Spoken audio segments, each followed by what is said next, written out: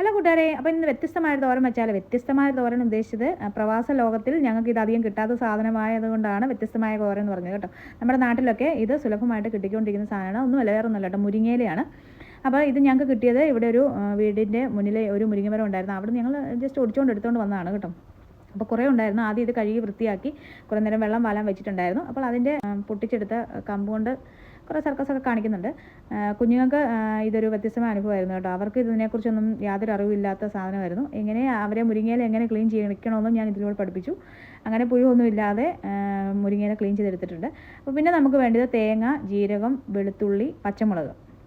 ഇത് ഒന്ന് ഒതുക്കിയെടുക്കണം. ഇത് ചുമന്നുള്ളി കുറച്ച് ഏറെ ഞാൻ ഇട്ടിട്ടുണ്ട്. ഇതിൻ്റെ കൂടെ സവാള നമ്മൾ വേറെ ഇടുന്നുണ്ട്. അതുകൊണ്ട് ഇച്ചിരി 1-2 ചുമന്നുള്ളി ആയാലും കുഴപ്പമില്ല കേട്ടോ. ഇത് ജസ്റ്റ് ഒന്ന് ചതച്ചെടുക്കുക വേണ്ടു. പിന്നെ നമുക്ക് വേണ്ടത് 2 മുട്ടയാണ്. അപ്പോൾ പാൻ അടുപ്പത്ത് വെച്ചിട്ടുണ്ട്. പാൻ ചൂടായി കഴിഞ്ഞ് എണ്ണ ഒഴിച്ച ശേഷം, വെളിച്ചെണ്ണയാണ് നല്ലത്, വെളിച്ചെണ്ണ ഒഴിച്ച ശേഷം കടുക് ഇട്ട് പൊട്ടിക്കുക. ഇത് നമ്മൾ ഇലവറക്കം ആയതുകൊണ്ട് തന്നെ നമ്മൾ ഇതിനകത്ത് കറിവേപ്പിലൊന്നും ഇടാറില്ല കേട്ടോ, ഇടേണ്ട ആവശ്യമില്ല. അത് കഴിഞ്ഞ ശേഷം സവാള ഇട്ടിട്ടുണ്ട്. സവാള ഒന്ന് വഴറ്റിയ ശേഷം മഞ്ഞൾ പൊടിയും ഉപ്പും ഇട്ടിട്ടുണ്ട് കേട്ടോ. അപ്പോൾ ഇത് രണ്ടും ഇതിൻ്റെ പച്ചപ്പണം ഒന്ന് മാറിയ ശേഷം നമ്മൾ ആ ഒതുക്കി എടുത്ത് വെച്ചിരുന്നതില്ലേ തേങ്ങയുടെ കൂട്ട്, അതിടുക. അതൊന്ന് വഴറ്റിയ ശേഷം ജസ്റ്റ് ഒന്ന് പച്ചമണം മാറിയ ശേഷം അതിലേക്ക് നമ്മൾ ഈ കഴുകി വൃത്തിയാക്കി ക്ലീൻ ചെയ്ത് വെച്ചിരിക്കുന്ന മുരിങ്ങയില ഇട്ട് കൊടുക്കുക. ഇതിനകത്ത് അധികം വെള്ളം ഒഴിക്കേണ്ട കാര്യമില്ല. ഇത് ക്ലീൻ ചെയ്ത് അന്നേരം തന്നെ നിങ്ങൾ എടുത്താണെങ്കിൽ അതിലൊരു വെള്ളമയം ഉണ്ടാവും. ഇത് ഞങ്ങൾ ക്ലീൻ ചെയ്ത് വെച്ചിട്ട് കുറേ നേരം ആയതുകൊണ്ട് അതിൻ്റെ വെള്ളമയമൊക്കെ പോയിരുന്നു. അപ്പോൾ അന്നേരം നിങ്ങൾ ഒന്ന് കൈ കുടഞ്ഞ് ഇച്ചിരി വെള്ളം കാണിച്ചാൽ മാത്രം മതി കേട്ടോ. അപ്പോൾ അതെല്ലാം ഒന്ന് ആവി വന്ന ശേഷം അതിൻ്റെ നടുക്ക് ചെറിയൊരു സ്പേസ് ഉണ്ടാക്കി നമ്മുടെ 2 മുട്ട അതിലേക്ക് ഒഴിച്ചു കൊടുക്കുക. ഒരു ലേശം കുരുമുളകും ഉപ്പും ആ മുട്ടയ്ക്ക് ആവശ്യമായിട്ടുള്ളത് അതിലേക്ക് ഇട്ട് കൊടുത്തിട്ട് നമ്മൾ ഇത് അവിടെ ഇട്ട് തന്നെ ചിക്കി എടുക്കുക.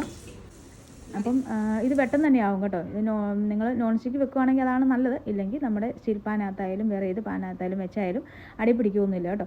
അപ്പോൾ ഇത് ചിക്കി എടുത്തിട്ടുണ്ട്. അപ്പോൾ നമ്മുടെ തോരനും കൂടി ഇതിനകത്തിൽ ജസ്റ്റ് ഒന്ന് മിക്സ് ചെയ്തെടുക്കുക.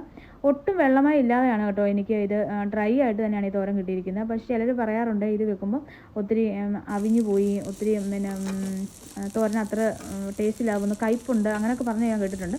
പക്ഷേ എനിക്കിതൊന്നും ഒരു കുഴപ്പമായിട്ട് തോന്നിയില്ല ഇത് വെച്ചപ്പം കേട്ടോ. ഞാൻ അധികം എപ്പോഴും വെക്കാറുള്ള തോരനല്ല ഇത്.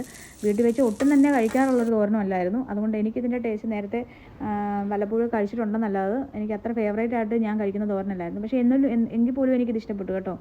മുട്ടയൊക്കെ ചിക്കിയിട്ടപ്പോൾ നല്ലൊരു ടേസ്റ്റ് ഉണ്ടായിരുന്നു. അപ്പോൾ ഇത്രയേ ഉള്ളൂ. നെക്സ്റ്റ് വീഡിയോയുമായിട്ട് നമുക്ക് വീണ്ടും കാണാം. Bye bye. പിന്നെ ഒരു കാര്യം കൂടെ, സബ്സ്ക്രൈബ് ചെയ്യാതെ കാണുന്നുവെങ്കിൽ ഒന്ന് സബ്സ്ക്രൈബ് ചെയ്തേക്കണേ. Bye bye.